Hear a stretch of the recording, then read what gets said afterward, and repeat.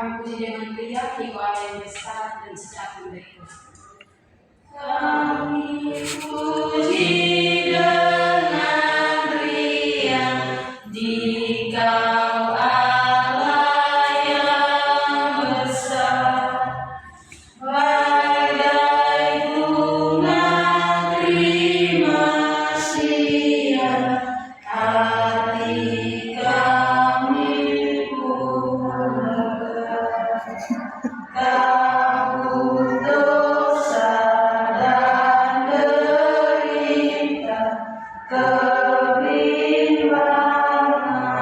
telah sumber suka yang abadi, beri sinar-Mu menyerang. Kalau kita melihat kita setelah pujian syukur kami akan menyerahkan Tuhan Allah terima kasih karena atas pertolongan-Mu yang berbesar bagi kami. Engkau telah mengumpulkan kami dan kami yang Tuhan. Jika saja kami mencintai dalam kami, biar ini jadi dalam Bapa, Anak dan Roh Kudus. Amin. Sekali lagi kita menyanyi dari Kirim Firman nomor 18.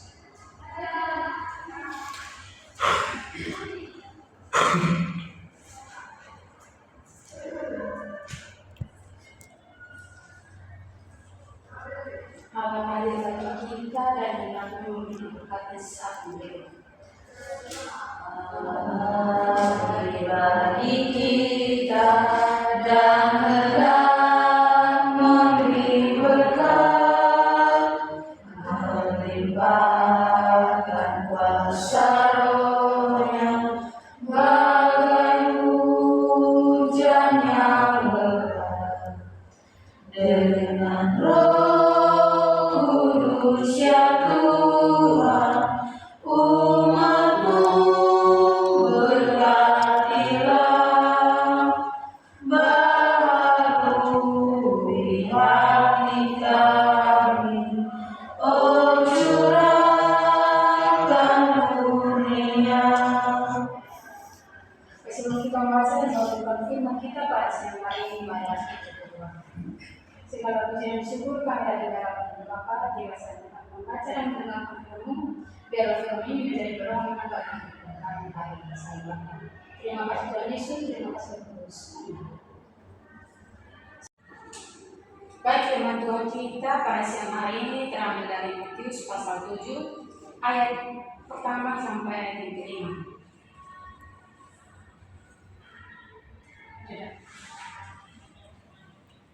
Jangan berkok menghakimi sesama. Janganlah menghakimi supaya kamu tidak dihakimi, karena dengan penghakiman yang kamu pakai untuk menghakimi, kamu akan dihakimi, dan ukuran yang akan pakai untuk mengukur dan diukurkan kepadamu. Mengapa engkau melihat serpihan kayu di mata saudaramu, sedangkan balok di dalam matamu tidak engkau ketahui? Bagaimanakah engkau dapat berkata kepada saudaramu, biarlah aku mengeluarkan serpihan kayu itu di matamu, padahal ada balok di dalam matamu? Hai orang munafik, keluarkanlah dahulu balok dari matamu. Setelah itu engkau akan melihat dengan jelas untuk mengeluarkan dan serpihan kayu itu dari mata saudaramu. Sekian firman Tuhan. Baik, shalom. Pada siang hari ini judul yang saya ambil yaitu belajar untuk tidak menghakimi dan hidup dalam kasih. Nah, saudara-saudara yang terkasih, dalam kehidupan kita sehari-hari itu kita sering dihadapkan pada situasi di mana kita melihat kesalahan ataupun kelemahan dari orang lain. Jadi hal yang menurut kita untuk menghakimi tanpa memeriksa diri terlebih dahulu. Jadi mungkin teman-teman di sini sering menghakimi teman-teman yang lain tanpa teman-teman itu memeriksa atau mengoreksi diri teman-teman. Jadi di Matius pasal 7 ayat 1 sampai 5 ini dia mengajarkan bahwa sikap menghakimi itu bukanlah jalan yang Tuhan kehendaki. Nah, di sini ayat ini menekankan bahwa pentingnya introspeksi diri. Jadi sebelum kita memberikan penilaian terhadap orang lain, maka kita juga mengintrospeksi ketemu punya diri sendiri. Nah, dengan introspeksi ketemu punya diri, maka kita harus dapat membangun relasi yang baik dan dilandasi oleh kisah dan pengertian. Jadi, saya bertanya kepada teman-teman. Nah, menurut teman-teman, mungkinkah kita menghakimi orang lain tanpa melihat diri kita sendiri itu bisa atau tidak? Tentu itu tidak bisa ya teman-teman. Jadi menurut saya, kalau sebelum kita menghakimi teman-teman kita yang lain atau menghakimi orang lain, tentu kita harus mengoreksi diri kita sendiri sebelum kita menghakimi teman-teman kita yang lain. Nah, di sini ayat yang pertama dan kedua itu tentang larangan menghakimi. Jadi Yesus memulai dengan perintah yang tegas. Nah, di situ mengatakan bahwa jangan kamu menghakimi. Nah, itu berarti kita tidak boleh menghakimi orang lain. Kalau menghakimi orang lain itu adalah tindakan yang seringkali didasari oleh kesombongan dan ketidakmampuan untuk memahami sebelumnya. Dari keadaan seorang di mana misalnya mereka menghakimi orang lain, mereka tidak mengerti diri mereka, sehingga mereka gampang untuk menghakimi orang lain. Nah, tentu Yesus mengingatkan kita bahwa dengan ukuran yang sama, maka kita gunakan untuk tidak menghakimi teman kita atau sesama kita. Dan yang kedua, di ayat yang ketiga dan keempat, itu Yesus menggunakan metafora selonggar atau semisalnya ke kayu kecil. Jadi itu dia merupakan balok atau kayu besar untuk menggambarkan bagaimana kita seringkali lebih fokus pada kesalahan kecil orang lain dibandingkan dengan dosa atau kelemahan besar dalam diri kita. Nah, di situ Yesus memberikan pesan utama bahwa kita harus membersihkan hati dan diri kita sendiri sebelum mencoba untuk membantu orang lain, tanpa mengintrospeksi sifat buruk atau yang baik untuk masuk walaupun kita lebih besar dari kesalahan orang lain. Dan yang ketiga, itu pada ayat yang kelima, Yesus menyebut orang yang menghakimi tanpa introspeksi sebagai munafik atau orang itu yang mungkin terlalu munafik betul. Jadi orang munafik itu adalah mereka yang tidak menunjukkan wajah kebenaran, tidak hidup sesuai dengan standar tersebut. Jadi di situ tindakan yang benar itu setelah itu kita mengeluarkan hal tersebut, maka dari mata kita akan lebih mampu untuk membantu orang lain dengan cara yang bijaksana dan penuh kasih.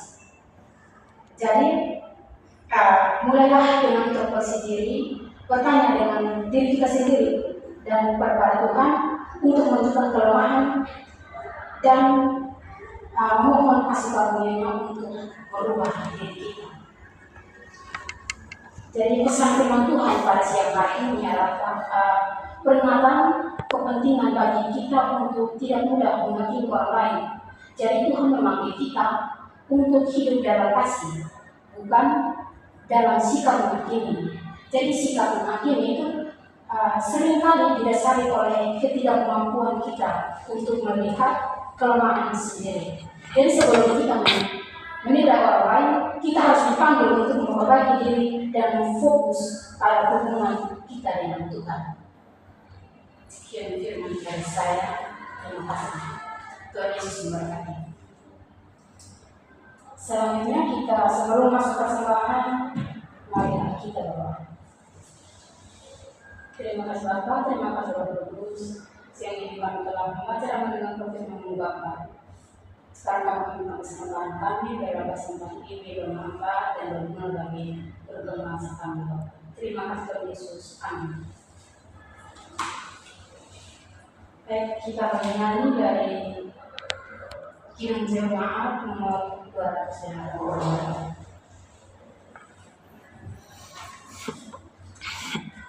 Mari puji Raja Surga, persembahan bawalah dan sisa apa yang diberi.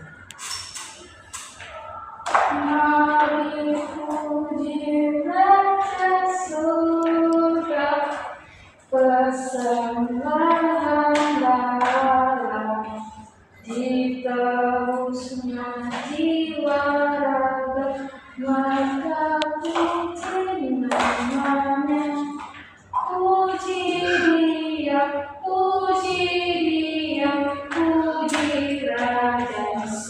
Dan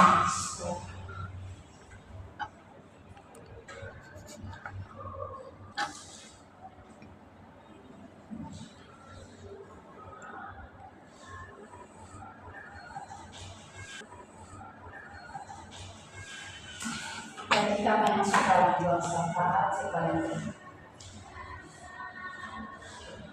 Mari kita berdoa. Ya Tuhan, kami datang kepada Kami dan Bapa, kami menyerahkan dunia ini di tangan-Mu. Berkatilah para guru, dosen, dan tenaga pendidik, agar mereka senantiasa mencari teladan dalam mendidik dan berterima kasih.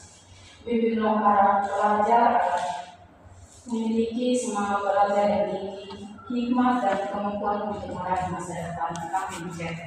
Kiranya jasa pendidikan kami terus berkembang menjadi lebih baik, membawa kebaikan bagi bangsa dan negara. Ya Bapak, kami juga telah berdoa untuk kedua orang tua kami. Bapak, terima kasih kami mengucap syukur.